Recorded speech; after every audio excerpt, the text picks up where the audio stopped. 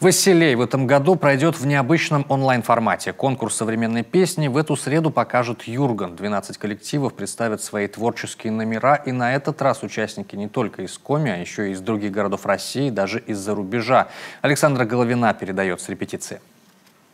Не просто музыкальный конкурс, а настоящий праздник любви к родной земле. Таким «Василей» стал для участников за долгие годы своего существования. Это доказывают и творческие номера. Коллектив из Кильчиюра, например, представит душевную песню о малой родине. Очень красивые слова.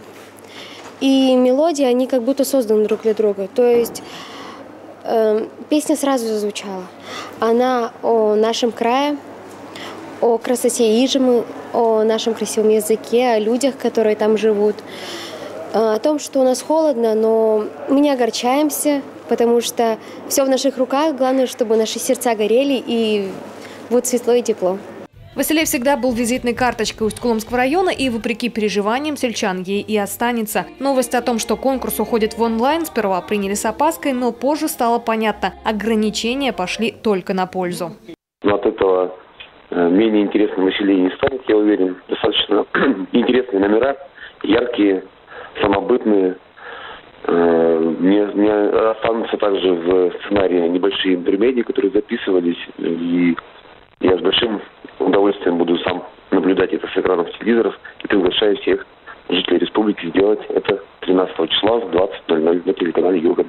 Новый опыт для исполнителей. Многие из них впервые выступают на полноценной съемочной площадке. А еще сотни и тысячи новых зрителей. И здесь спасибо интернет-голосованию, благодаря которому многие о «Василее» узнали впервые. Если ранее в РДК Усть-Кулома могли присутствовать 350 человек, и 350 человек голосовали за понравившегося исполнителя, то теперь у нас проголосовало более 8 тысяч жителей не только региона, но и со всей России.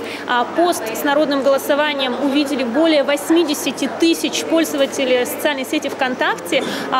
Вообще по фактически 1000 группам страниц разносится этот пост. Конкурс вышел за рамки республики не только по части онлайн-охвата, но и по исполнителям. Впервые участвуют конкурсанты из городов России и других стран. Одна из песен, например, создана на музыку израильского музыканта. Уже много лет он живет в Дании. Но и нашим есть чем удивить. Константин Фрейман из Ухты, например, специально для конкурса выучил коми-язык. Композицию, которая переводится как «ромашка», он постарался сделать максимально современной, при этом сохраняя всю ее самобытность.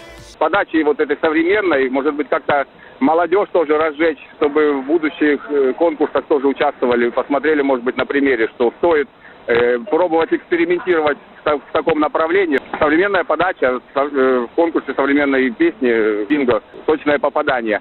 В рамках конкурсной программы прозвучат 12 песен. Оценивать произведения будут профессионалы своего дела: Вера Булышева, Нина Обрезкова, Алексей Розбаков, Владимир Юрковский. И все это под председательством Лидии Логиновой. Трансляцию покажет наш телеканал уже послезавтра, 13 января в 20:00. Не пропустите. Александра Головина, Дмитрий Ведерников, телеканал «Юрган».